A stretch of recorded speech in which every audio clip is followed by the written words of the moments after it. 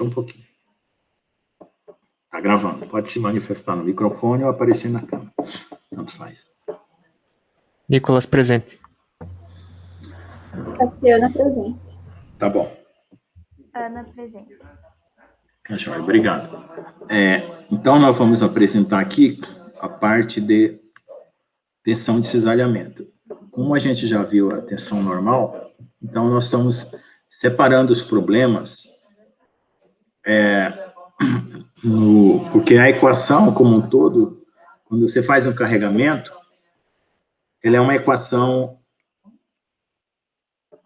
complicada para uma força que está incidindo em qualquer direção, ou várias forças, nas várias faces de um corpo. E essa equação, ela é a mesma da mecânica dos fluidos, a equação de Lamé e a equação de Navier-Stokes. E tem um prêmio de $1 milhão para quem resolver essa equação completamente. Então, o que a gente faz? Se resolver a de Navier-Stokes, resolve a de Lamé e vice-versa.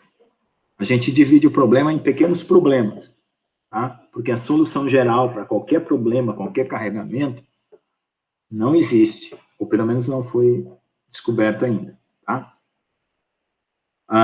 Então, eu espero que vocês estejam vendo aí a apresentação que eu estou colocando. Então, na aula passada, nós tínhamos colocado uma força oblíqua, como essa daqui, né? E nós pegamos a componente normal. Agora, nós vamos pegar a componente tangencial. Lembrando que a tangencial tem duas componentes, para poder formar o trio aqui das três direções, e a normal só tinha uma. Então, a tangencial, não esqueça que tem duas direções, tá bom? Então, a partir daí, é que nós vamos tratar todos os problemas de tensão tangencial ou cisalhante. Então, um elemento qualquer dentro do corpo, que seria um elemento infinitesimal, um ponto, sob carregamento dentro de um corpo, de qualquer forma, né? Seja ele uma batata, um disco, um cilindro, ele vai ter esse diagrama de tensões aqui da figura 975 no seu interior. Nós vimos lá na questão do princípio de Saint-Venant e o método das linhas de força, que você coloca um sistema global e um local, onde esse local, as linhas de forças vão estar distribuídas de uma tal forma que tem direções principais. Mas isso é quando você já está conhecendo a situação. Quando você está com um problema de forma ainda não detalhada, você coloca a situação geral possível, né? Com esse elemento de volume aí para qualquer problema de forças, de tensão, tá? E aí, depois que você vai eliminando as situações que são força zero, tensão zero, cisalhamento zero ou tensão normal zero, aí você modifica o seu elemento geométrico, tá? Mas o que é importante a gente perceber é que a equação de força cortante, Q de cortante, eu não sei que cortante em português é com C, pode ser que em alguma língua aí seja com Q, ela é uma integral da tensão na área, né? Força é integral de tensão por área. Por quê? Porque tensão é força sobre área, derivada, né, de força sobre área, aí você integra. Só que tem que lembrar de um detalhe que está aqui nesse...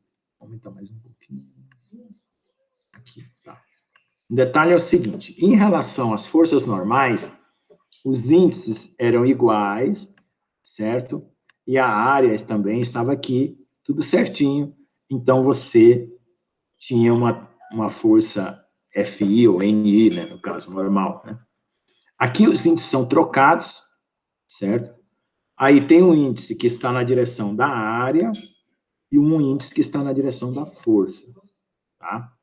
É por isso que é chamado de cisalhantes, porque os índices são trocados. Então, tem que lembrar desse detalhe, senão você usa a equação errada e tem que coletar esses componentes dentro da matriz do tensor de tensões fora da diagonal, certo?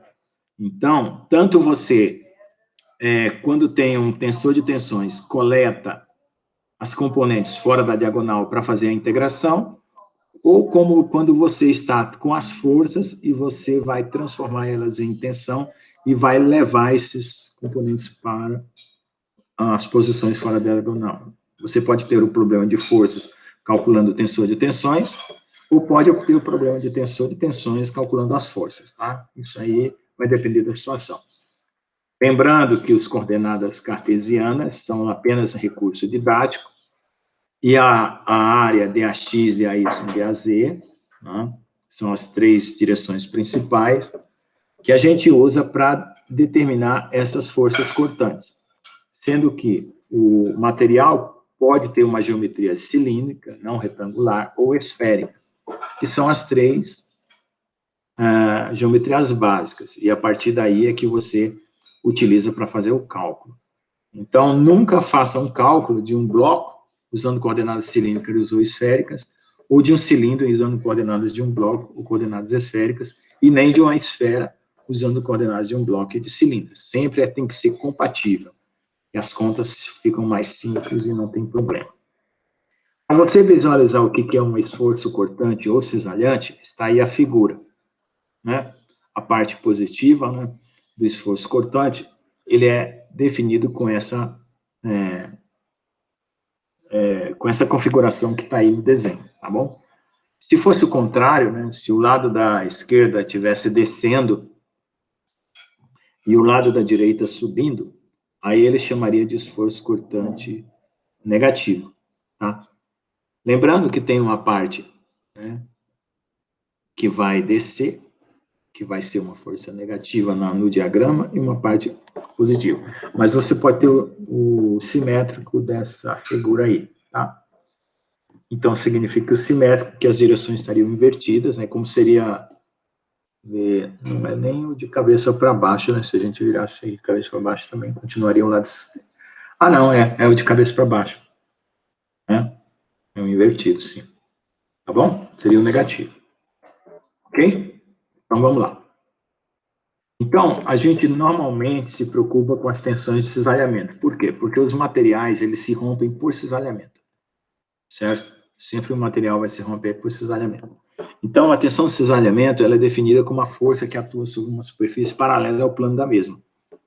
Como o vetor área é perpendicular à superfície, e este define o vetor normal à superfície, podemos dizer que uma tensão é dita de cisalhamento quando ela é perpendicularmente ao vetor normal da superfície. Então, estar paralelo à superfície é a mesma coisa que estar perpendicular ao vetor normal, tá? Porque o plano da superfície é um e o vetor normal é outro, tá? Aí eu não desenhei, né? Talvez coubesse aqui, se a gente conseguisse desenhar aqui. Eu não desenhei, mas mais na frente acho que vai ter um desenho aí que a gente dá para ver isso aí. Bom, dá para ver até aqui na anterior, né? Veja, essa setinha, se ela for colocada aqui do lado da superfície, ela está raspando essa superfície aqui. E se essa setinha aqui de baixo for colocada do lado da superfície de baixo, ela vai estar raspando a superfície de baixo. Então, ela está paralela à superfície. Sendo que o vetor normal está perpendicular às próprias superfícies, então fica perpendicular à direção da força. É só um detalhe que não foi desenhado aí. Vamos lá. Então, a gente sabe que a tensão de cisalhamento TJ é uma força. Aqui houve um erro de letra, né? Porque N foi usado para normal, né? Tinha que ser Q. Tudo bem. Copia e cola. Aqui seria um DQ DAJ, né? O DAJ seria um QI AJ. Tá? Tensão média é quando você considera que a força, né? Uma única força substitui a distribuição daquela força toda, tá?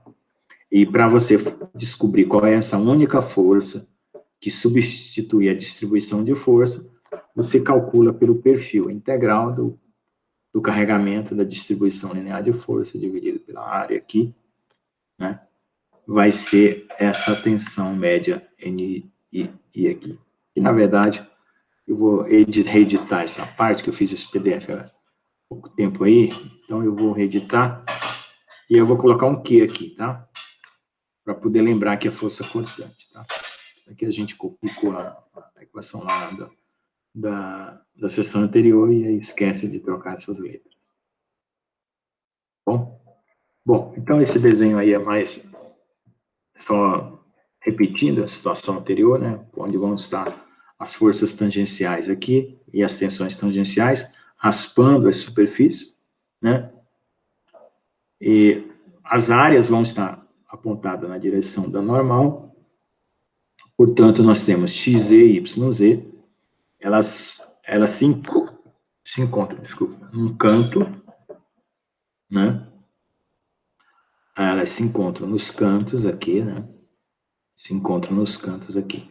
Se você estiver considerando um canto desse e ela estiver fugindo daquele canto, você considera esses alinhamentos negativos. Como eles estão se encontrando num canto, você considera esses alinhamentos positivos. Tá? Bom, aqui eu já acertei aqui, né? Foi só aquela equação lá, a questão do N lá, né? Lembrar que aqui eu vou ter que editar novamente. Então, aqui está a maneira certa de escrever, tá? Com DAIJ, DAX, DAY, DAZ. Então, o que vai acontecer? Você tem que lembrar que para cada força cortante, nós temos 3 direções, X, Y, Z, nós vamos ter 2 contribuições. A TXY integrado na direção DAY e a T tal XZ na direção DAZ. Então, se você olhar lá no diagrama, vamos localizar a XY e a XZ no diagrama para a gente ver para onde está apontando. Né?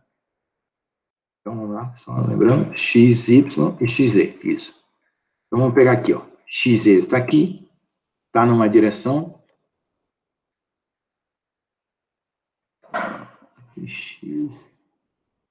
XZ, DAZ, isso. XZ, DAZ, vamos ver lá. XZ, no caso aqui seria ZX, DAZ, né? Trocou o índice aqui. E XY, DAY. XY, DAY. Esse aqui. Está trocado, né? O desenho aqui está ZX, YX. Tá? Então, aqui, ele está dizendo que essa aqui produziria uma força cortante na direção X, né? Então, é exatamente essa seta que está aqui, né? A YX e a XZ está na direção X. Essas duas setas aqui estão apontando para a direção X. Então, vamos ver para Y. Seria YZ, YX. Ou, sei lá no desenho pode ser que esteja ZY ou XY, né? Então, na face DAZ e na face DAX. Vamos lá. YZ, DAZ, YX, DAX. Estará apontando na direção Y. YZ, DAZ, aqui está ZY, né? E XY, DAX, tá? Apontando na direção Y, tá? Então, tá lá. Por último, tal, no caso aqui está trocado, né? Que todas essas tensões tangenciais, quando o corpo está em equilíbrio, não está em escoamento, né? Se não tiver em escoamento, elas são iguais. A ZX é igual a XZ, a YZ é igual a ZY, e assim por diante. Então, vamos ver lá, conferindo, a ZX na área DAX e a ZY na área DAY. Estará apontando direção a Z. A ZX e a XZ na área DAX, aqui, e a ZY na área DAY. A área DAY aqui, isso. Essas duas estão apontando na direção Z. Ok? Então, preciso pensar dessa forma, tá? Embora esses termos aqui, um seja independente do outro, ou seja, pode acontecer os dois, pode acontecer só um, pode acontecer o outro. Mas, de uma forma geral, a gente tem que pensar com os dois, tá bom? Aí, o que vai acontecer? Você vai substituir a lei de Hooke, que é G, gama, XY, né? Porque as tensões seguem os mesmos índices, e aqui são as deformações cisalhantes, né? E aí, você O que eu fiz aqui? Assim, o A, né? Você separa em dux sobre lx, dy sobre lz, né? Também você pode fazer isso, tá? O dx. E aí você pode escrever também dessa forma, tá? Porque... Ah, não é isso. Deixa eu ver aqui. Ah, não, tá certo. Não é o E. O A foi integrado, tá? O A foi integrado, desculpa. O A foi integrado, o AY e o AZ foi integrado, e o D e o gama XY foi substituído pelo DUX LY e o gama XZ pelo DUX LZ. Isso. Desculpa aí a distração. Então, aqui foi gama Z, YZ, DY, LZ e assim por diante. Então, você tem essas duas maneiras de calcular, né? Nessa primeira maneira, você está integrando, considerando uma área que está variando, e nessa segunda maneira, você está com uma área constante e considerando uma deformação que está variando, né? As duas formas vão dar o resultado. Aí você vai ter traçados de diagramas de força e diagramas de tensão. Só que isso aí, a gente vai fazer aqui, talvez, exemplos bem simples, porque esses diagramas vão estar incluídos em situações de torção e flexão, tá? Então, aqui, por exemplo, o carregamento de uma viga concentrada, né? Isso aqui já está bem conhecido, né? Essa situação. Então, a força cortante está aqui, né? E aqui, num carregamento constante, a força cortante está aqui. Aqui embaixo é o momento fletor, que a gente já ensinou, né? Vai integrando, né? Integrando de uma constante a uma reta, da outra constante a outra reta, com inclinações, uma positiva, outra negativa. Aqui é uma única reta, né? De uma constante vai dar uma reta, e de uma reta vai dar uma parábola. Tá? Então, aí é um exemplo bem simples de força esvalhante num problema já bem conhecido. Se você tiver, por exemplo, uma viga com 1, 2, 3 carregamentos, né? 2 para baixo, concentrados, né? E 1 para cima, como ficaria o seu diagrama de força cortante? Né? Então, aí você teria aqui, ó, cisalhamento para baixo, aqui vem o positivo e o negativo, certo? E aqui tem uma compensação entre essas duas forças aqui no meio, tá? E aqui um para cima, né? E aqui tem um cisalhamento aqui, sem compensação de força aqui no meio, né? Porque as duas estão na mesma direção. E aqui tem uma para cima e outra para baixo, então dá um cisalhamento aqui. Então, certamente, essa barra quebraria nesse ponto e nesse ponto aqui, tá?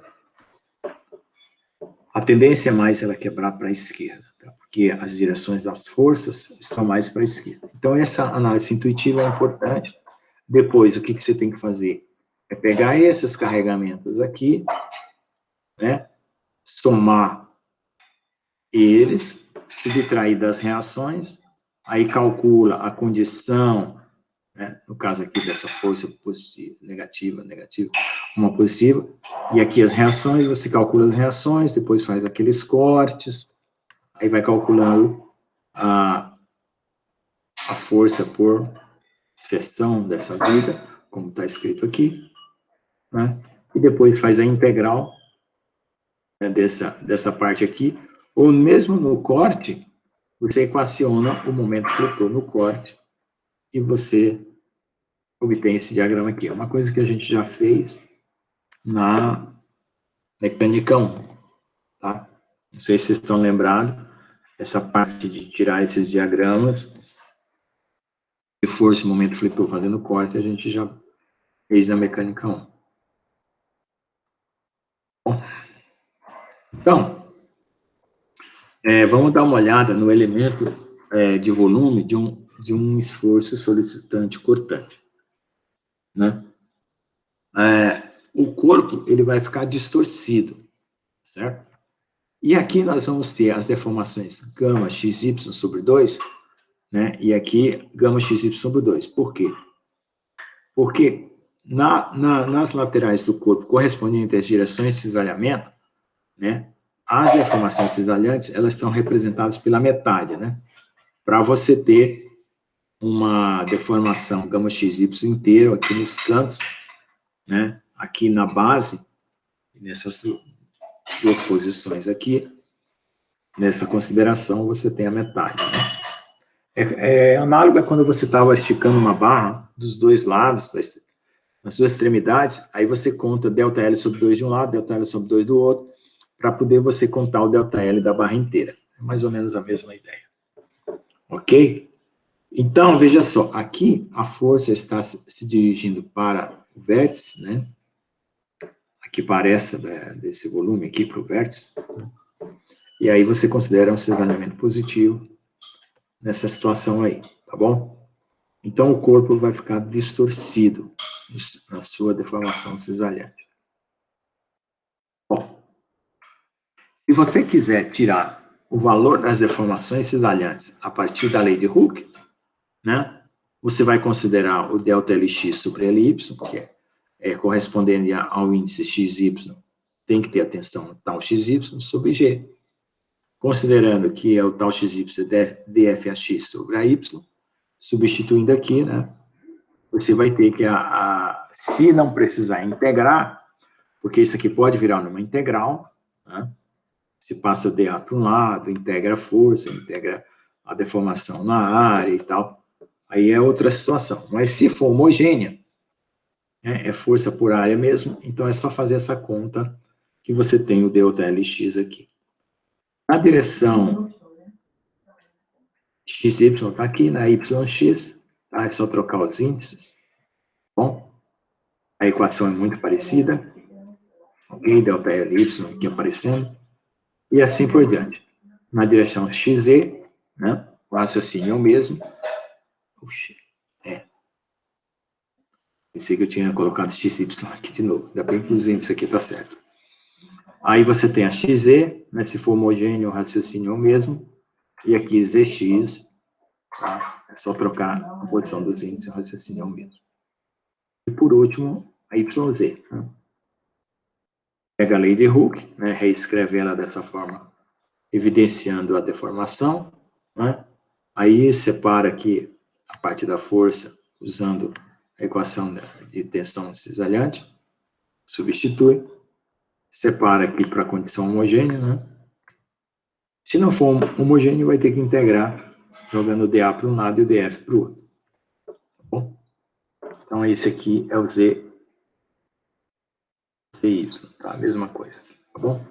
Então, a gente vai utilizar isso aqui, né, nos problemas contendo flexão e torção, tá?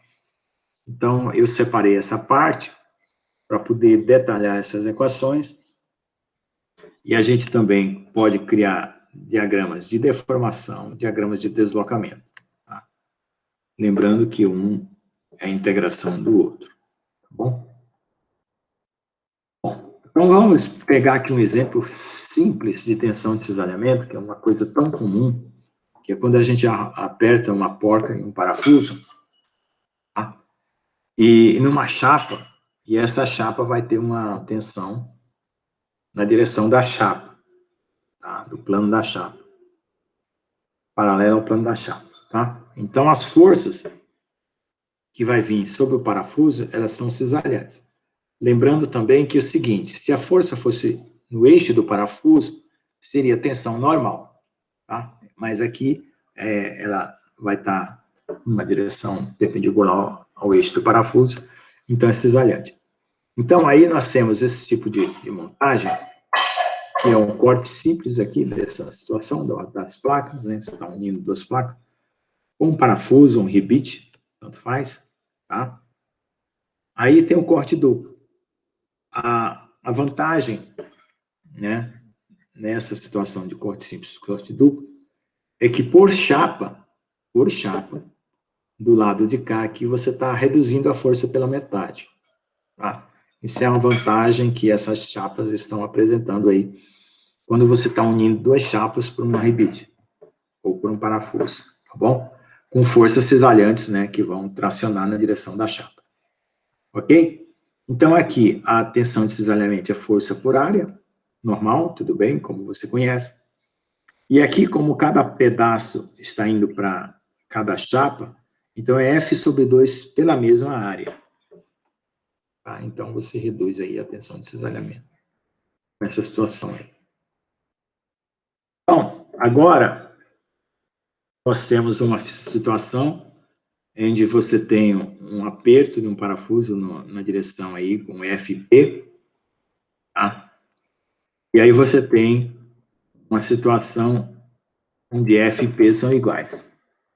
O que acontece? Você vai ter uma força de atrito, tá?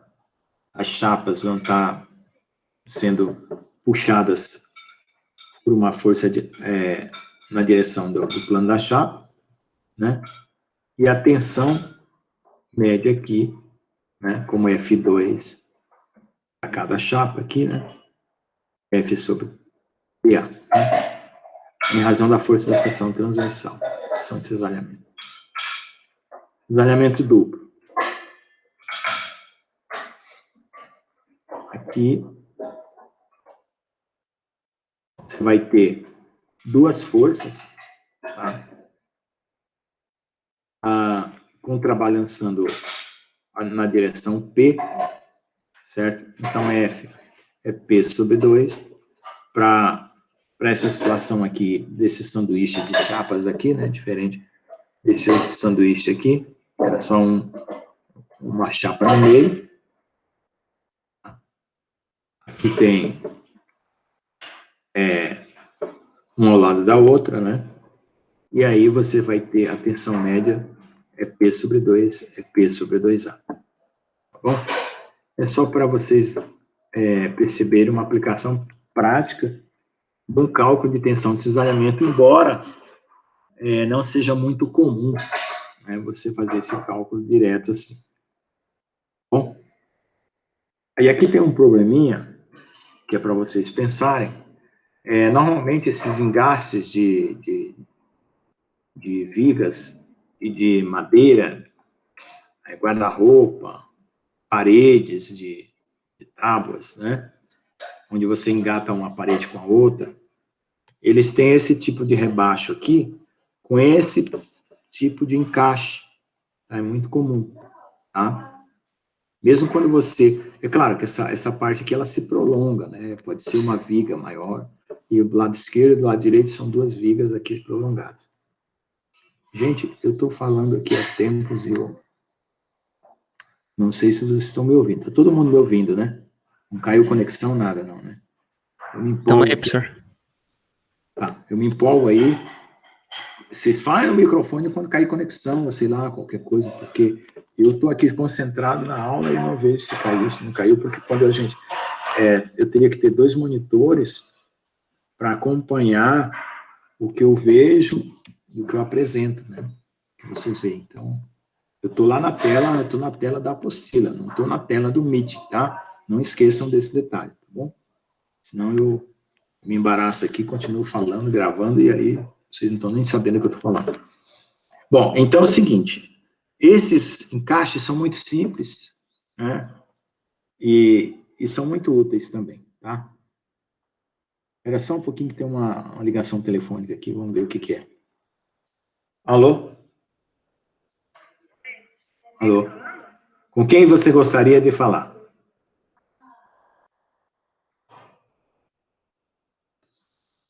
Ora mais, quem está falando? Oi? Alô? Ah, sim, é ele mesmo, pode falar. Oi, Rosicléia, como é que você está? Conseguiu meu telefone?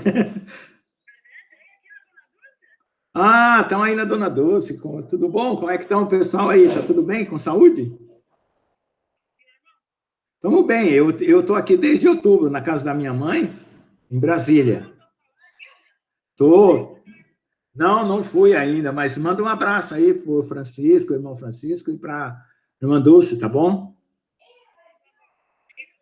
Tá tudo bem. Que bom que você achou meu telefone. Quem que foi que te deu? O vizinho?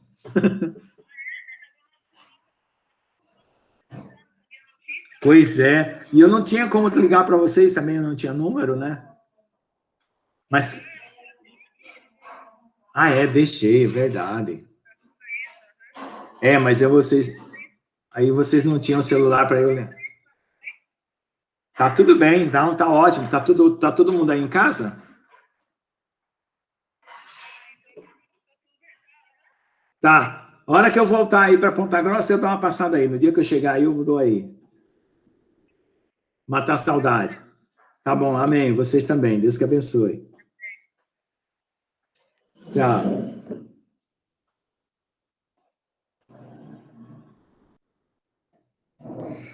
Bom. Nossa, fazia tempo. Deixa eu ver aqui.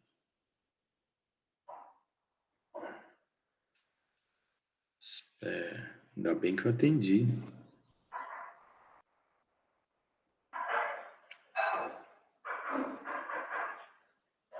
Deixa eu adicionar o contato aqui.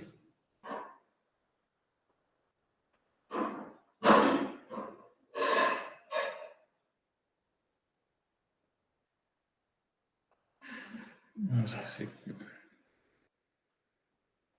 só vamos descobrir se ela ligou mais vezes. Você põe o contato. Ixi! Ela ligou hoje de manhã.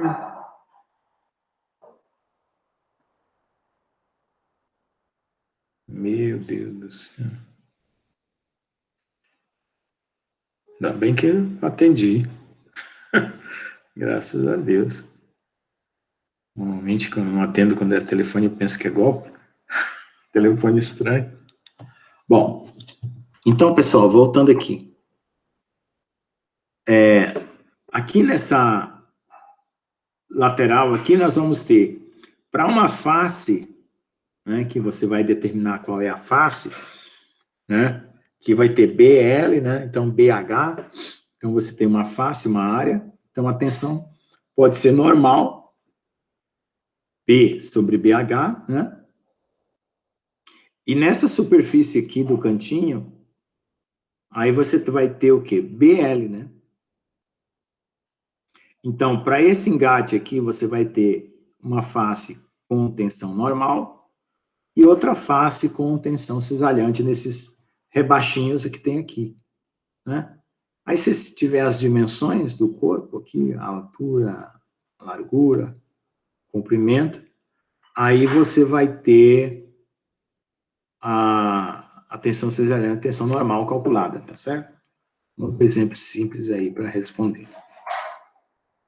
Bom, agora vamos entrar na parte de torção, tá?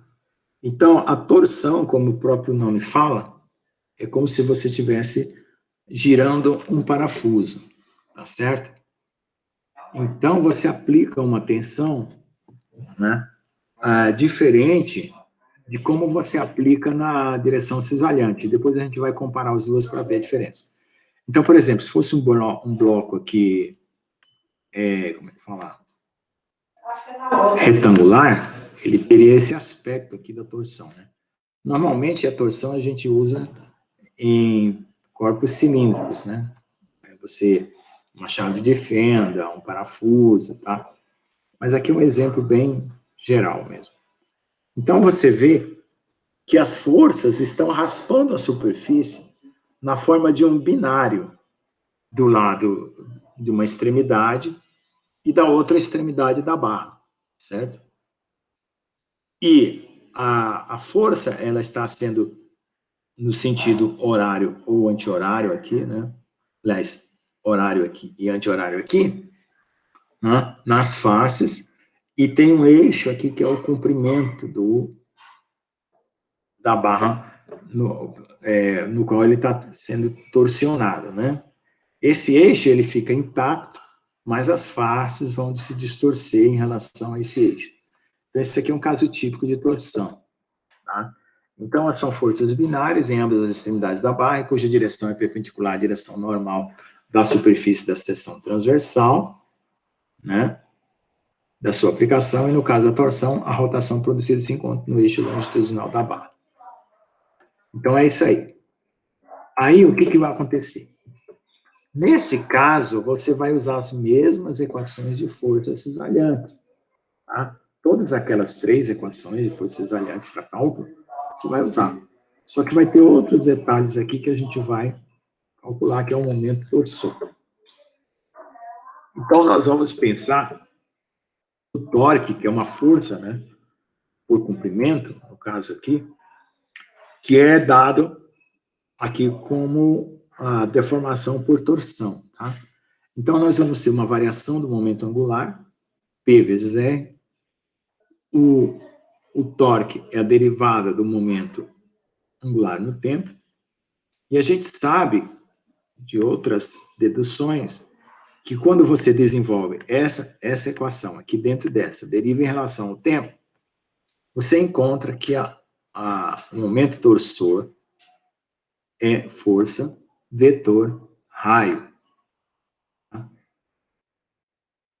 Então, no caso, se você tiver um elemento infinitesimal de torção, ele vai ser um elemento infinitesimal de força vezes o raio.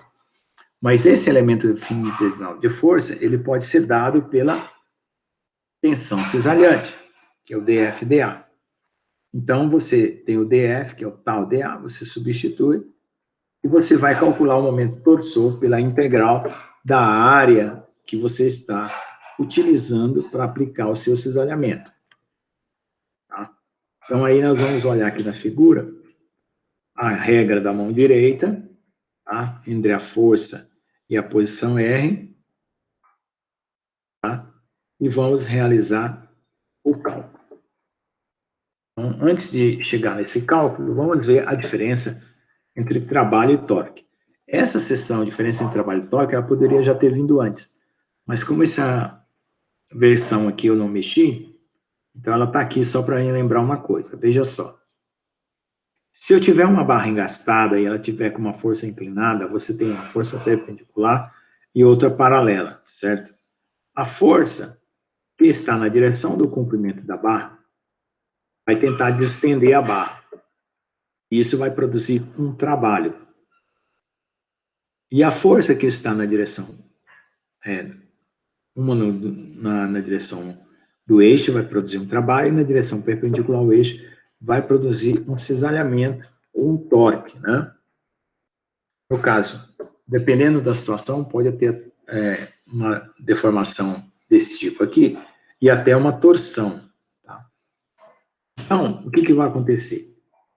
Se você multiplicar escalarmente essa parte por R, que é a força perpendicular, e a força paralela, o que vai acontecer? R vai ficar escalar R. Tá? Então, esse valor aqui, certo? Vai dar o trabalho. Tá certo?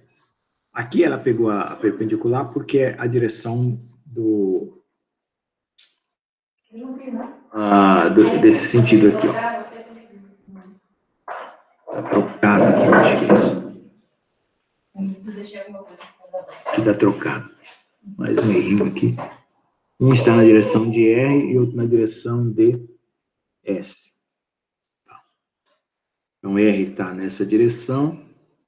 Então, seria a força paralela. E aqui a direção de S. Seria a força perpendicular. Está trocada aqui. Bom. Então, aqui é só pensar com os índices trocados.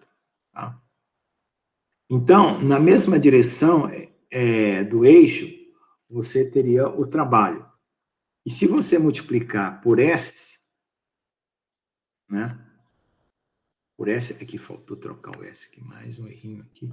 Nossa, são detalhes que a gente nem olha. Então, se você multiplicar por S, vai acontecer, né, ficar perpendicular, S vetor R, e você fica só com a componente do torque. Tá? Aliás, do trabalho na outra direção, né? Então, isso aqui você está multiplicando escalarmente, né? Ou por S ou por R, tá? Então, aí você vai ter o trabalho numa direção ou o trabalho na outra direção. Aqui, agora você vai fazer o seguinte, você vai multiplicar vetorialmente por S e vetorialmente por R, né? Primeiro vetorialmente por S, e vai ver o que vai acontecer.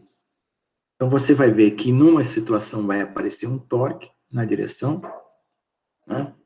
Porque R vetor R é 0. Então, aqui vai ser um torque nessa direção. Se multiplicasse, né, o S, vetorialmente por S, seria um torque na outra direção. Então, para nós, a força F paralelo escalar R é diferente de 0, né, enquanto a outra é 0. Aí vai acontecer o oposto, né? Quando uma for paralela, vai ser diferente de 0 e a outra perpendicular vai ser igual a 0 para o produto escalar. E quando for na direção contrária, uma vai ser 0 e outra vai ser diferente de 0. Então, vai depender apenas de qual é a direção que você está considerando, né, o seu trabalho, tá certo? Se você tiver com produto vetorial, né, vai acontecer F vetor R igual a 0 e F vetor S diferente de 0. Porque aqui vai estar na mesma direção de R, né, e aqui na direção perpendicular. É o contrário daquele que está em cima. E F vetor R diferente de 0, né, que aqui está na direção perpendicular e aqui na direção paralela. Então, lembrando sempre, o resumo dessa situação é o seguinte: quando você tem uma força oblíqua, como essa daqui, você tem que considerar as duas componentes e as duas direções, tá? E você tem que considerar a direção de trabalho para uma, certo? Ou para outra, dependendo de como você vai estar operando essas direções, mas sempre vai acontecer que uma vai ser trabalho e a outra vai ser torque, tá certo? Resumindo, é isso aí. Sempre vai aparecer as duas situações no fim das contas. Vamos lá, vamos voltar à torção. Então, a torção vai ser positiva quando ela obedecer a regra da mão direita. Tá? E ela vai ser negativa quando ela estiver apontada no sentido horário, aliás, anti-horário, né? E o outro no sentido horário. Vamos lá. Observe que a regra da mão direita segue a torção de aperto, que faz sentido horário para um parafuso, né? Então, você, com rosca direita, produz um movimento de entrada do parafuso, conforme mostra a figura 992A. No parafuso à direita, a torção é extração, é feita no sentido anti-horário, né? Então, isso aí, né? Horário você aperta, anti-horário você solta o parafuso. Se você tivesse um parafuso invertido, né? À esquerda, como se esse do parafuso aqui foi invertido, então o sentido horário soltaria o parafuso e o sentido anti-horário apertaria o parafuso, tá? Então, lembrando, né, que o aperto de um parafuso é sempre no sentido horário. Então, essa é a direção de torção positiva. Entendeu? Aqui eu coloquei as duas figuras aqui para você ver os dois lados da mesma moeda, vamos dizer assim, né? As duas situações, uma oposta à outra. E pode existir um parafuso de rosca invertida? Pode. Mas é mais difícil, né? Só uma situação muito especial que alguém peça para fabricar um parafuso de rosca invertida. Mas, normalmente, o parafuso tem esse tipo de rosca aqui, que aperta no sentido horário, tá? Então, esse é o sentido de torque positivo. Então, não esqueça dessa regrinha aí, né? Para você sacar um parafuso ou apertar um parafuso, você vai ter uma torção, tá bom? Vamos lá. Então, nós vamos considerar uma figura aqui geométrica, onde nós vamos ter um arco BB', DD', tá? Um comprimento DZ dessa seção, desse cilindro aqui, tá? e uma abertura angular gama, certo? O raio, o diâmetro aqui dessa seção cilíndrica é 2ρ. Aí tem uma abertura angular gama para o eixo do cilindro e uma abertura angular de θ para a face do cilindro aqui. Seria uma variação na posição, né? Devido à torção. Então, o que vai acontecer aqui nessa situação? Nós vamos equacionar esses arcos aqui, né? Então, a gente sabe que um arco é dado pelo raio vezes o ângulo. Então, BB' ρ de θ e BB' também é gama dz. Por quê? Porque esse mesmo distanciamento aqui, ele pode ser ρ de θ para essa situação, como que ele é gama dz para essa situação. Então, é equivalente essas duas coisas. Igualando esses dois, a gente tem que gama dz é igual a ρ de θ. Aí agora você tira quem que é gama. Por que você está interessado em tirar gama? Porque é a deformação cisalhante, certo? Tá? Esse ângulo aqui de cisalhamento aqui, ó. Bom? Aí você tem que ele é proporcional ao raio e a variação do ângulo com o comprimento do seu cilindro que está sendo torsionado. Mas aí você lembra que a lei de Hooke é a tensão de cisalhamento G gama. Então, se eu tenho gama nessa situação, eu vou ter que substituir por tal sobre G. Substituindo aqui, eu tiro que tal, né, é G ρ de θ dz. Então, essa equação aqui é uma equação de cisalhamento adaptada para uma torção, certo? Não esqueçam, ela é a mesma equação de cisalhamento adaptada para uma torção. Por isso que o cisalhamento está embutido dentro da torção. Na flexão, nós vamos ter a mesma coisa, tá bom? Então, agora aqui nós vamos pegar e utilizar o seguinte. Normalmente, o ângulo θ varia linearmente com o comprimento. Por quê? Por que o ângulo θ vai variar linearmente com o comprimento? Porque é uma deformação elástica. Se você tiver uma deformação plástica no parafuso, essa linha aqui ela vai ser curva, certo? Não esqueça esse detalhe, é pergunta de prova, certo? Se a deformação for plástica, essa linha vai ser curva. Portanto, o ângulo não é proporcional ao comprimento. Tá? Nesse caso de deformação elástica, o ângulo é proporcional ao comprimento. Então, dθ dz é igual a uma constante. Se ela é igual a uma constante, eu substituo lá. Veja, agora isso aqui tudo virou uma constante, ó. G é constante, ρ é o raio de cilindro, é constante, não vai variar o raio de cilindro e o K, tá? Aí você chama de uma constante Kg, G vezes K, ou K vezes G. Então você tem que a tensão necessariamente é um Kg, que é uma constante do cilindro, ó, depende do tipo de material, né, e do K, certo? É uma característica do meio elástico lá.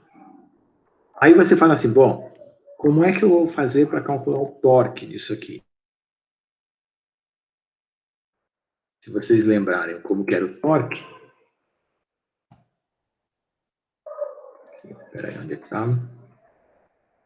Som do torque anterior aqui, ó. Aqui, ó. Ao RDA. Né? Então, nesse caso aqui, ó, voltando lá,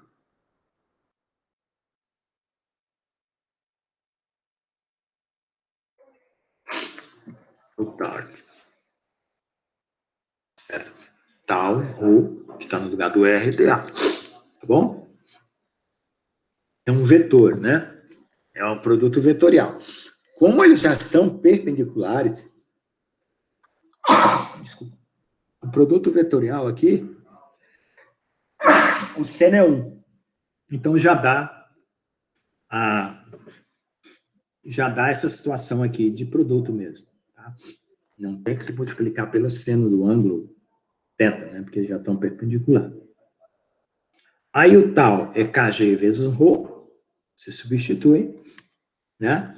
Aí fica ρ com ρ, ρ quadrado, dA.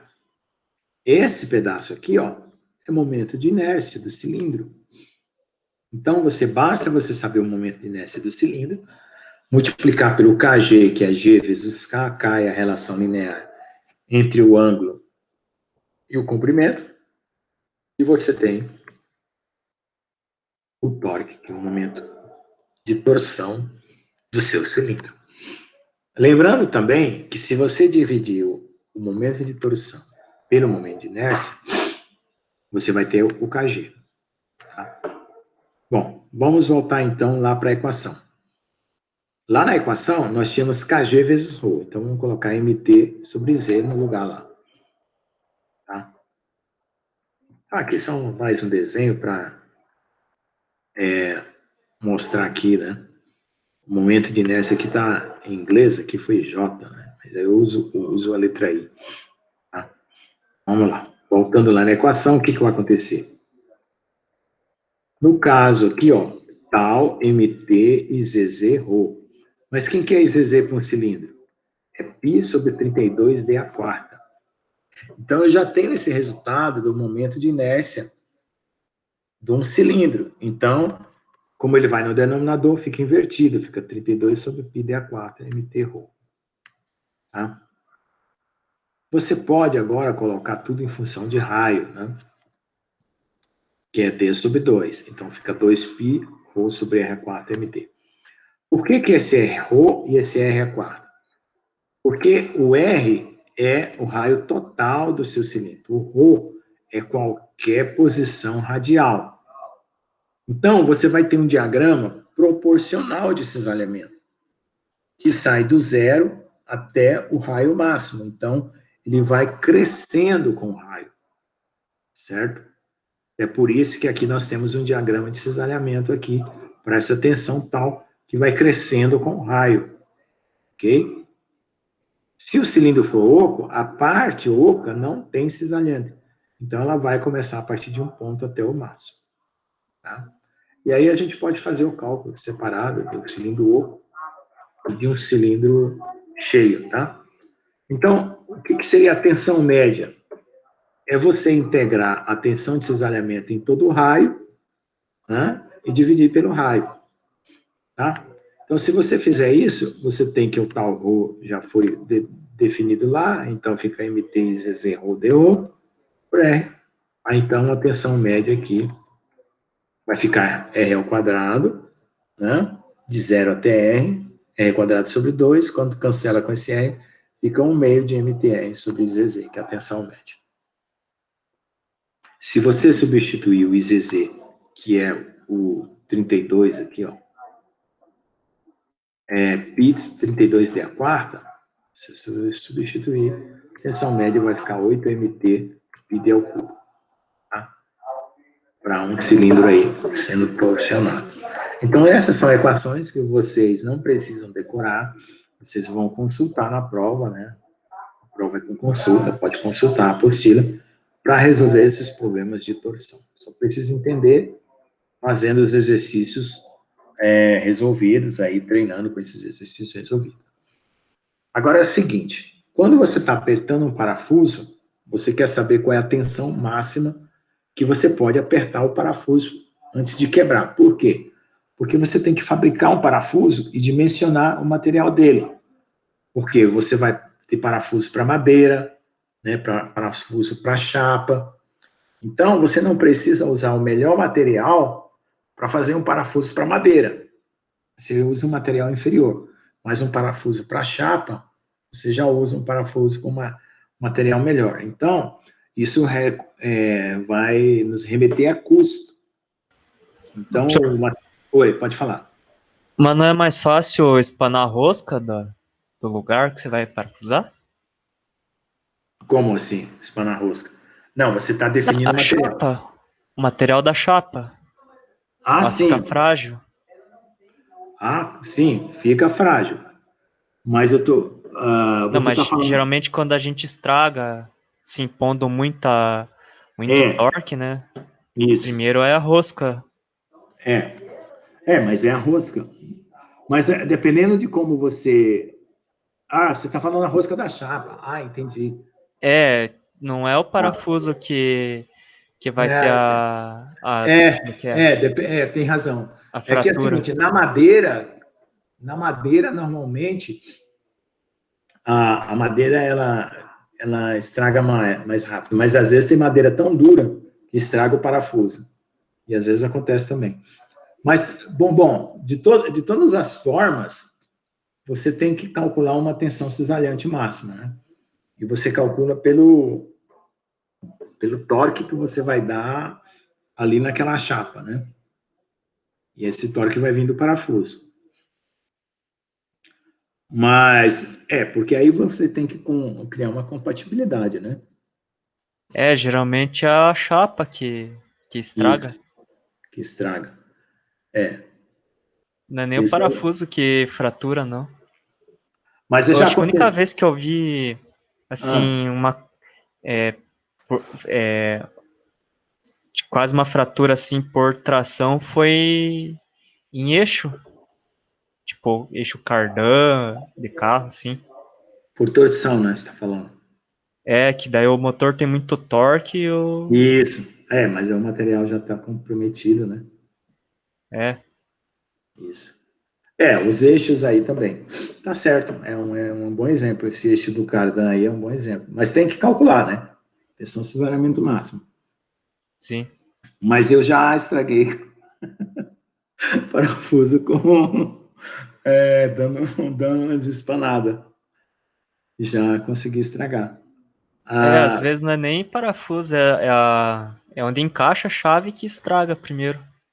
Estragar de caixa já. Ou se você remontar a rosca também, né? Também ali você remonta a rosca. Geralmente o parafuso estraga pela fricção, eu acho. Bom, então vamos lá. Tirando esses exemplos aí, que cada um depende da situação, nós vamos precisar sempre de mencionar a tensão máxima de torção. Então, nós vamos ter o MT, que é o torque, o IZZ vezes o raio. Por quê? Porque nesse caso, o máximo vai estar quando o raio for o raio total do cilindro, quer dizer, a dimensionamento da tensão máxima, como aquele desenho que a gente viu lá antes, aqui, ó, a seta de intensidade máxima está bem na borda do cilindro, tá? É por isso. Então, voltando lá. Existe uma relação entre uma tensão parcial e o raio parcial, a tensão máxima e o raio máximo. Aí você define o módulo de resistência, a torção, pela letra ômega ZZ. Ômega ZZ, gente, é porque você vai usar o momento de inércia no eixo Z, né, que é o eixo do parafuso, do seu cilindro lá, do seu elemento de torção, e você pega essa MT, né, que é o momento de torção máximo, divide pela tensão de cisalhamento, você tem esse módulo de resistência à torção. Ele tem uma outra maneira também de ser dado, que é o próprio momento de inércia pelo raio. Tá? E a tensão máxima pode ser invertida também, o momento de torção máximo pelo ômega ZZ. Aí, quando você calcula esse ômega ZZ, olha, né? Peraí, acho que você substituindo o 32 π sobre 32 dA4, quando você dividir por R, vai ficar π sobre 32 d ao cubo. Entendeu? Aqui, ó. Π sobre 32. D ao cubo não, vai ficar por R, então é R sobre 2. Tem que fazer a conta aqui, né? Se eu dividir por R, R sobre 2. Tem que fazer a conta. Eu acho que lá na frente está feita a conta. Deixa eu colocar para frente, depois eu já apresento esse resultado aí. Vamos lá. Vou pegar o ângulo de torção. O ângulo de torção máximo é a integral do θ, que varia em função do comprimento. O θ é gama sobre ρ, o gama sobre ρ é tal sobre g, usando a lei de Hooke, né? Por causa do gama, 1 sobre ρ dz. Aí você tem que o tal sobre g é mt sobre zz ρ, 1 sobre g ρ, aí cancela os dois raios, não vai depender do raio. Aí você tem mt máximo e zz são constantes. Você vai integrar de 0 até L, o dz, né? Aí você tem que o ângulo máximo o ângulo de torção, na verdade. É MT, G e ZZ vezes o comprimento. Aí você pode usar o KG, né? Que é o modo cisalhante vezes o K. E você percebe que o ângulo de cisalhamento máximo é K vezes o comprimento. Claro, porque o ângulo aqui é o máximo e o comprimento aqui é todo o comprimento. Se o ângulo fosse parcial, o comprimento seria parcial, que era o Z, que estava vendo lá. Bom, para um cilindro cheio, aí agora nós vamos encontrar aquele ômega ZZ lá. Para um cilindro cheio, né, tem o T máximo MT sobre ZZR, momento de inércia é só substituir, tá? Aí você vai ter que o ômega ZZ está aqui, fazendo aquela continha do π sobre 32 d a quarta dividido por R, vai dar π d ao cubo sobre 16. O ângulo máximo vai ser 32 mt g π d a quarta vezes L, isso para um cilindro cheio. Tá? Aí. Agora vamos para um cilindro oco. Tá? O que vai acontecer com o cilindro oco? Você vai considerar o momento de inércia de um cilindro cheio menos o momento de inércia do oco, da parte oca, né? Subtraindo, você tem um momento de inércia do cilindro oco. É uma subtração de momentos de inércias, que está aqui, ó. O diâmetro externo e o diâmetro interno. Tá? Aí você substitui na equação, igualzinha a outra. A única coisa que mudou foi isso aqui. Tá? Ou então você pode considerar uma razão entre os diâmetros, que a gente chama de N, DI sub D. E aí você tem o módulo de torção dado dessa forma aqui. Tá? E aí você tem o ângulo máximo também aqui, dado pelo aquele momento de inércia lá. Você já subtraiu os dois momentos de inércia anterior. Aí, se o cilindro tiver paredes finas, o que é considerado um cilindro de paredes finas? Que o diâmetro, certo? A espessura é menor que o diâmetro, dividido por 20. Tá? Pega o valor do diâmetro, divide por 20 e vê se ainda é maior que a espessura aqui. Tá? O diâmetro interno, tá? Interno. Então, aí você faz um diâmetro médio. É o externo mais o interno, porque a parede é fina, dividido por 2.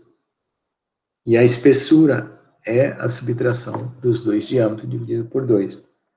Aí, nesse caso, o IZZ, né, fica π sobre 4 dm ao cubo vezes Z. E substitui lá no tal máximo, né, o IZZ aqui, e você encontra ao máximo para um cilindro de paredes finas e o ômega Z, que é o modo de torção, parede fina e o ângulo. São essas três coisas que você precisa dar de resultado no problema de torção, né? Tensão cisalhamento máximo, o modo de torção e o ângulo máximo. Bom, aqui é só uma figura mostrando como fica as linhas, né? As linhas radiais continuam retas, né? E essas linhas longitudinais ficam torcidas. Bom, você também pode traçar diagramas de momento torsor, diagrama de tensão, deformação e diagrama de ângulo de rotação. Tá? Aqui, tem 3 exemplos, né, de uma torção elástica com uma parte plástica e uma torção puramente plástica. Tá? Bom, aí nós vamos para exemplos e aplicações. Eu tenho já exemplos aqui preparados. Né? Já estamos com praticamente 1h30, né? 2h30, 1h40. Tá? Vamos continuar mais uns 15 minutos aqui, eu acho que dá, para a gente fazer esses 2 exemplos aqui, pelo menos, tá?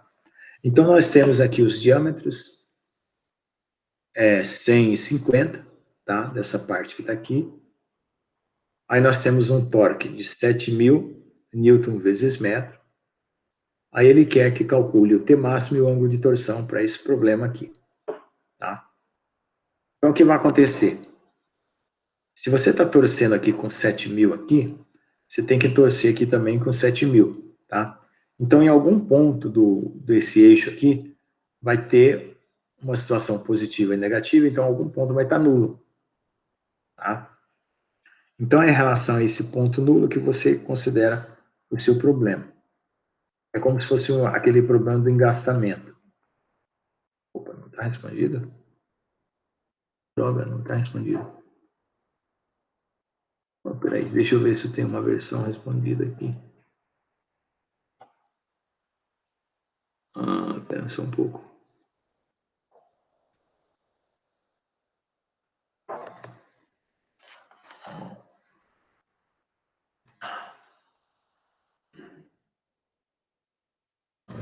Esse é um outro problema.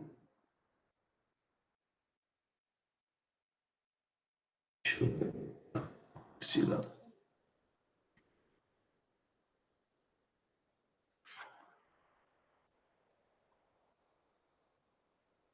Deixa eu abrir todos eles aqui, eu vou descobrir qual que é o que tem. Essa parte é respondida.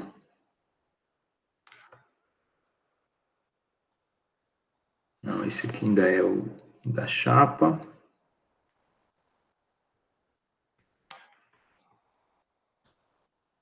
Para mim eu tinha respondido esse problema. Não, esse aqui é parte da matéria nova.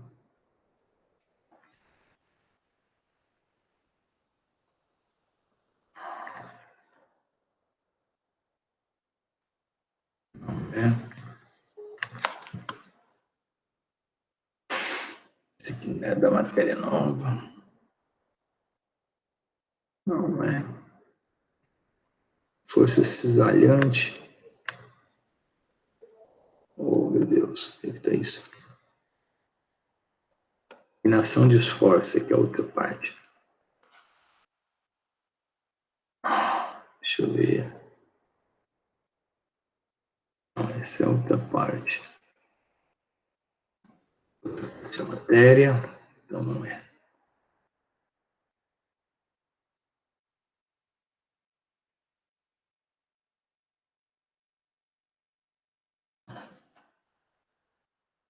Para mim eu tinha esse negócio respondido. Esse aqui. Força cisalhante. Tô.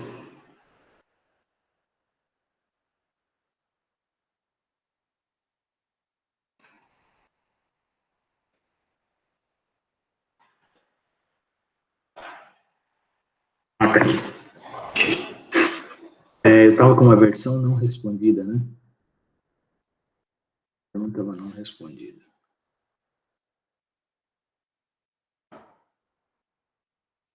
Tem vários problemas aqui. Não dá para fazer uma exemplificação de um cálculo. E o que for melhor, esse é o que nós estamos trabalhando. Vamos tirar esse aqui e ficar com esse daqui, tá bom? Vamos lá. Tá todo mundo vendo aí? Professor, mas qual desses PDF vai estar na... Eu vou colocar o completo. Porque eu tive a sorte de pegar um PDF ruim, que não estava terminado. Eu vou colocar o completo. Pode deixar, tá bom? Fica beleza. tranquilo. Eu ainda vou corrigir aqueles erros lá, tentar localizar todos os erros possíveis. Tá bom? Então, vamos lá. Então, aqui ficou faltando o G, né? Lá no problema está faltando o G, né? 7.500 km por centímetro quadrado e tal. O diâmetro de 10, comprimento de 10,6, diâmetro de 6,50. Então, o que a gente considera? Que há um equilíbrio de rotação. Somatória dos torques é igual a zero. Então, M1 mais M2 é igual a zero. Então, você vai considerar que ele está tracionado aqui e tracionado aqui. com esse torque M1, M2. Então, os torques, um tem que ser o contrário ao outro. Aí você calcula o momento de inércia, que é a coisa mais simples para calcular, né, para o diâmetro de 100, tá certo? Da IZZ1 dá 9,8 vezes 10 a menos 6 metros a quarto. Aí você já calcula a tensão máxima, né, para a região 1, que dá 35.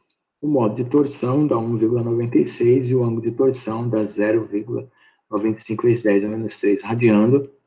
E o K1 é dθ 1 sobre dz1, que é o M1 sobre GZ1, que vai dar 9,5 vezes 10 a 3 metros.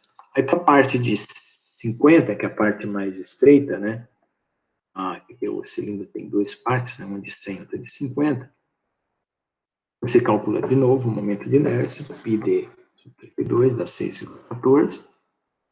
O cisalhamento máximo é dividir o torque, que é o mesmo para os dois lados, pelo momento de inércia que você já tem, multiplicado pelo raio, que é do raio menor aqui. Você encontra que o teu máximo é menos 285,2 meganewtons por metro quadrado. O modo de torção, né, é πd ao cubo sobre 16, no caso aqui é o diâmetro 2, dá esse valor, 2,4544 vezes 10 menos 3 metros cúbicos. O cálculo do ângulo de torção é a mesma coisa que dividir o torque vezes o comprimento dividido por G e ZZ. Você tem isso, tem o comprimento, tem o G, tem o ZZ2, dá 9,3 vezes 10 menos 3 radiano. E o K, né, é o MG e ZZ, né? M sobre G e ZZ, 0,152, tá?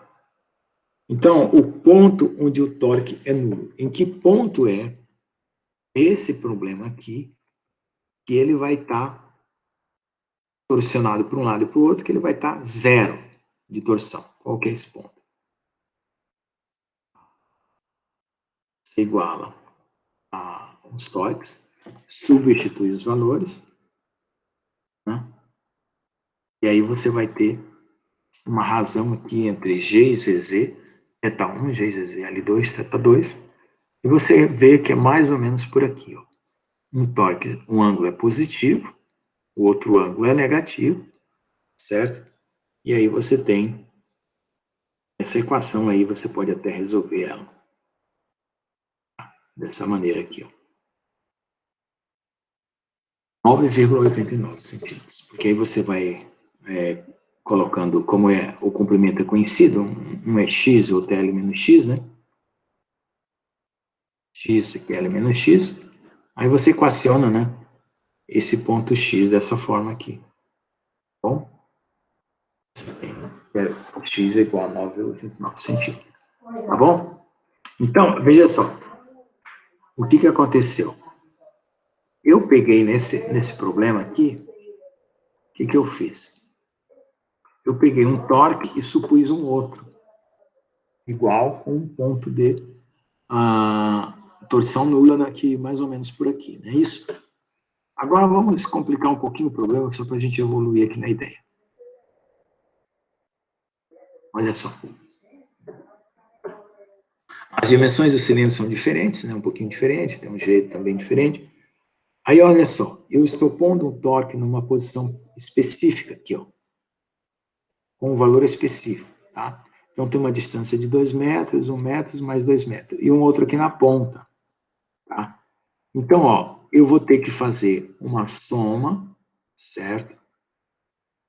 De MA, MB, MC, MD pelas regiões, tá? Colocar os valores, certo? E descobrir que MA, ele vai ter menos 6 quilonewtons quilonewtons vezes metro, né? Então, esse ponto MA aqui é como se fosse uma reação entre esses dois aqui, né? Aqui tem um para uma direção, outra direção aqui está compensando, né? 8 com 2, né? Uma direção para outra lá, uma reação de 6, né? De menos 6, tá bom? Aí você vai usar o cálculo do momento de inércia. Tudo bem, isso aqui é prático, porque dado o cilindro e o diâmetro, você já calcula o momento de inércia e o modo de torção.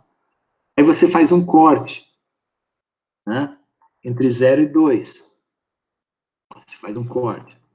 Você já sabe qual é a torção nessa parede aqui, porque você tem uma reação, né? Entre 0 e 2 você vai fazer um corte, então você vai fazer um momento torsor em função do comprimento até lá. Certo? Calcula o cesariamento máximo pelas equações, o ângulo, tudo. O caso é sempre as mesmas coisas, tá? O primeiro momento de inércia, depois o torque, depois a tensão de cesariamento máximo, depois o ângulo e o K e de cada um deles, tá? Aqui é só fazer a conta, porque eu coloquei esse ponto de interrogação aqui. Estava com preguiça de fazer a conta, eu estava digitando e... Mas aqui tem todos os valores para fazer essa conta. Aí o trecho BC. O trecho BC, veja só, você vai usar o M em BC, o IZZ e o R1. Você vai ter um outro valor da tensão de cesariamento máximo. E o ângulo em BC também vai ter outro valor e assim por diante. Tá? Aqui, ó. Voltando lá. Entre B e C, é que você vai ter um outro valor do torque. Um é 6, outro é 8. Bom, eixo BC. Aí, você vai ter agora um outro diâmetro, né? É o de 4 centímetros. Calcula o momento de inércia, certo? Modo de torção e tal. E agora você faz um corte de 0 a 5, né? Seria aqui, né? Certo? Você fez um corte aqui, um corte aqui, um corte aqui. Tá?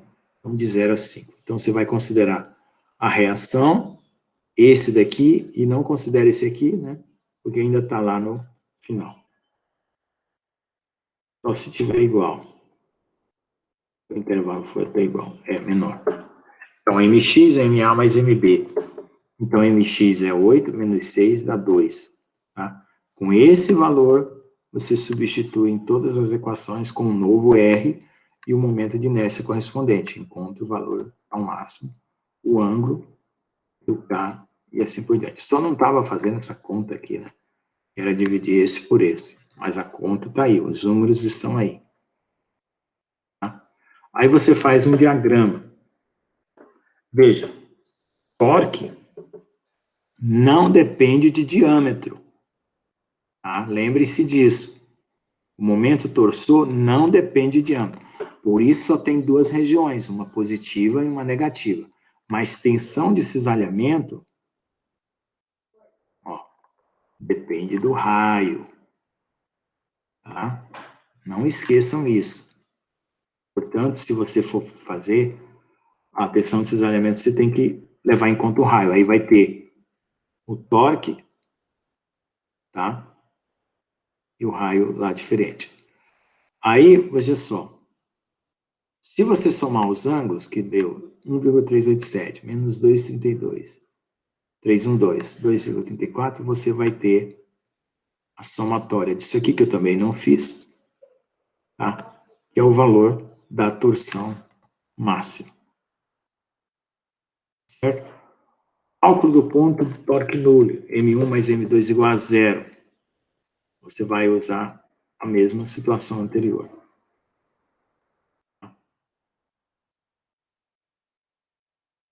E aí também dá para calcular. Ok? Então, são esses os problemas de torção que a gente tem.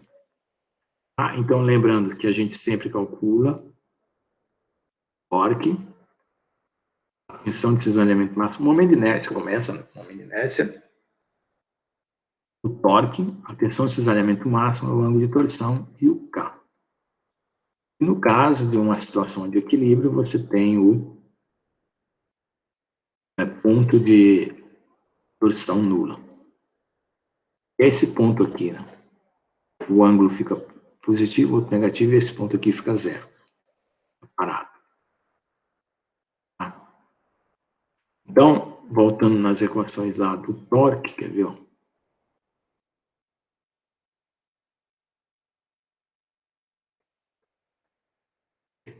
Só para lembrar.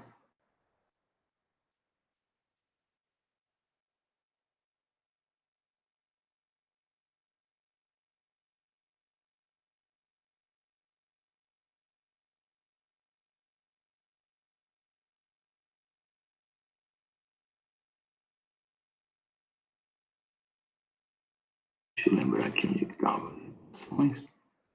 Opa, tinha mais outro exemplo aqui. Esse em qual? Nossa, essa apostila aqui está mais completa. Diagrama de deformação. O diagrama de deformação era aquela figura que eu estava mostrando antes, mas aqui tinha um outro exemplo. Diagrama de rotação. Bom, deixa eu voltar aqui nessa parte aqui. Aqui eu fotografei um problema que eu fiz no quadro, né? Eu dei o diâmetro 10 e 5, é o mesmo lá, é aquele mesmo problema do prateado, aquele eixo prateado lá que a gente tinha. Aí aqui eu coloquei o ângulo de torção, né, θ1 e θ2, e o θ2, ele continua a partir do θ1, tá? A não ser que ele seja no sentido oposto, certo? Aí ele vai estar diminuindo, um está girando para um lado para o outro. Mas como aqui só tem um único torque, e aqui está engastado, tá? Então o ângulo daqui para cá soma-se com o ângulo daqui para cá. Esse aqui já foi dado. Deixa eu ver se eu pudesse ter percebido. E aqui esse negócio não dá um nome direitinho, você vai clicando, peraí, deixa eu ver. Não, não é isso que eu quero. Eu quero saber o nome desse arquivo aqui. Ah, tá. E o desse. Entendi. Deixa eu ver, esse aqui começa com... Esse aqui está mais completo.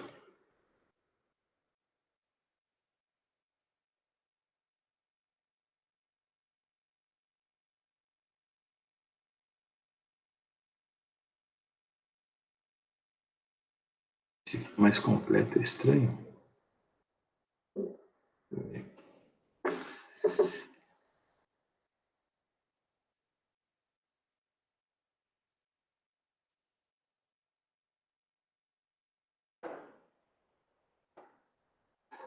Certo? Ó, estava falando aqui, ó. O torque é Kg vezes Zz, tá? Então não esqueçam lá no diagrama, quando for fazer o diagrama, ó, perceber, separar as regiões de torque pelos momentos de inércia. Tá? Eu tinha falado que o torque não depende do diâmetro, não é isso? Tem uma outra, qual que é o que não depende do diâmetro? Outra grandeza, então.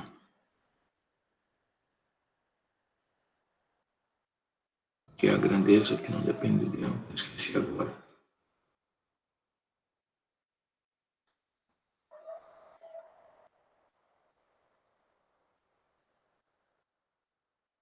Não é isso.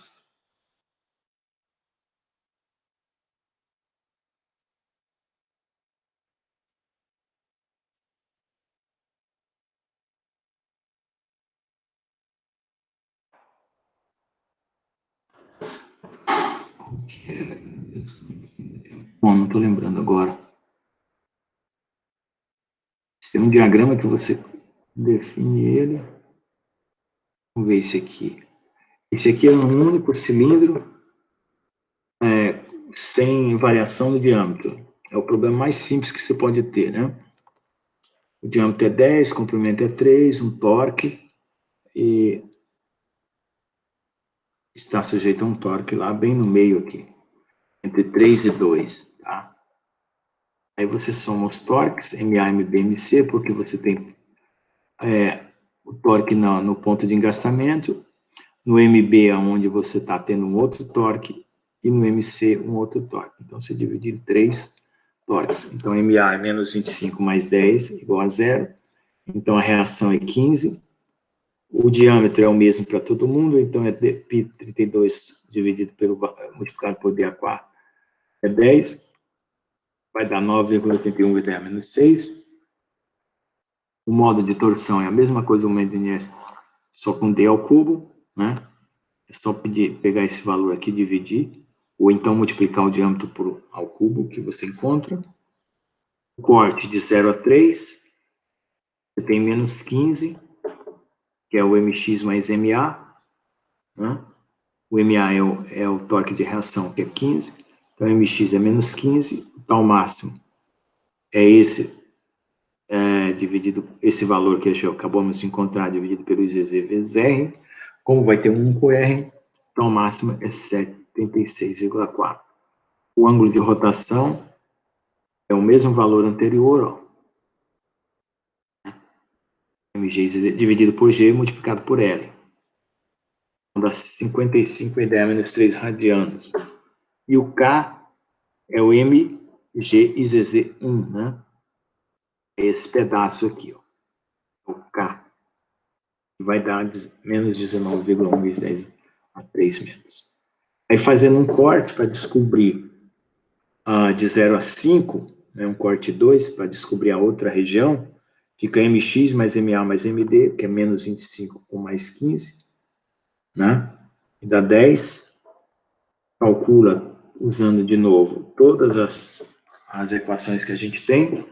Calcula o T máximo, não coloquei o valor, mas eu posso colocar na hora de editar essa parte aqui, arrumar esses pedaços aqui. Isso aqui o T2 o θ2 é menos 25,5 vezes 10 menos 3 radianos. O K é 12,7.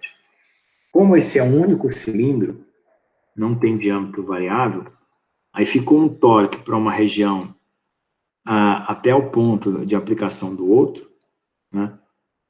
Menos 15 e mais 10, né? Se você olhar lá na foto do quadro, esse ponto aqui é menos 15 e daqui para cá é mais 10. Tá? O diagrama de torque dessa situação aí. Aí, se você somar os ângulos, né, porque vai ter um ângulo θ1 e θ2 para as duas regiões, é 55,3 com menos 25,5, dá uma torção total de menos 31,8 vezes 10 a menos 3 radianos. Então, esse era o primeiro problema, era o mais fácil de todos, porque era só um diâmetro. Era só um diâmetro. Aí é que vinha o problema mais complicado. Eu inverti as bolas aqui. O problema mais complicado é você colocando dois diâmetros. Tá? Dois diâmetros, que é o que eu tinha explicado antes. Tá bom? Deixa eu ver o que mais. A sequência de passos é análoga, né? Monta o diagrama e calcula o ponto de torque nulo, né? Era esses exemplos aí que eu tinha para mostrar para vocês, tá bom? Eu aqui, nessa versão aqui, ó, aquele problema de um diâmetro, eu tinha tirado a foto do quadro.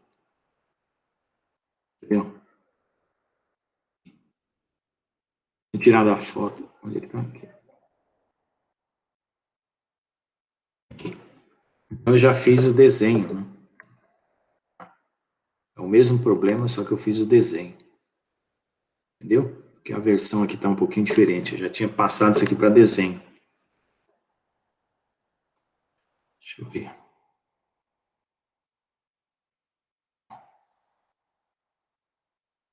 Não. Não, é um mais simples ainda. Aqui o desenho... o desenho é outro. Eu bolei o mais simples. O mais simples de todos. É um único eixo e um único torque, tá certo? A reação é 25. O IZZ é π sobre 32 d a quarta. calcula, o ômega ZZ, que é só com o diâmetro você calcula. O P máximo M sobre ZZ vezes R, calcula.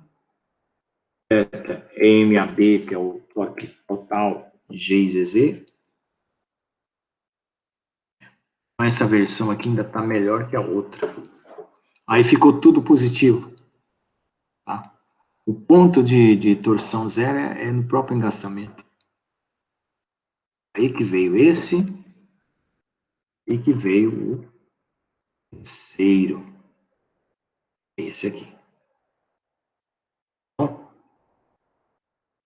vou arrumar aqui essa parte aqui e jogar uma versão. Aí tem esse aqui é um outro problema. Quarto problema. Essa é a versão mais completa. E aqui tem um quinto problema. Bom, esses exemplos aí, a gente treinar torção. Ok? Eu me confundi aqui com essas versões, eu vou separar essas, jogar fora as versões velhas, porque eu fiquei de férias e acabei esquecendo quem que era o velho e quem que era o novo aqui da história.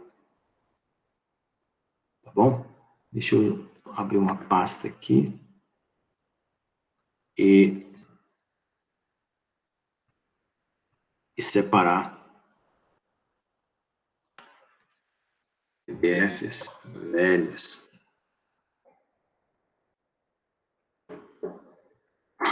Para mim não me confundir mais. Vou jogar fora essa parte aqui, essa e essa, para eu não me confundir mais.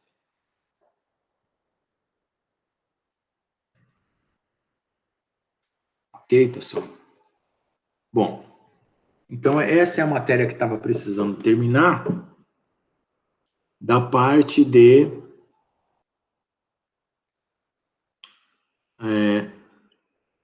cisalhamento e torção.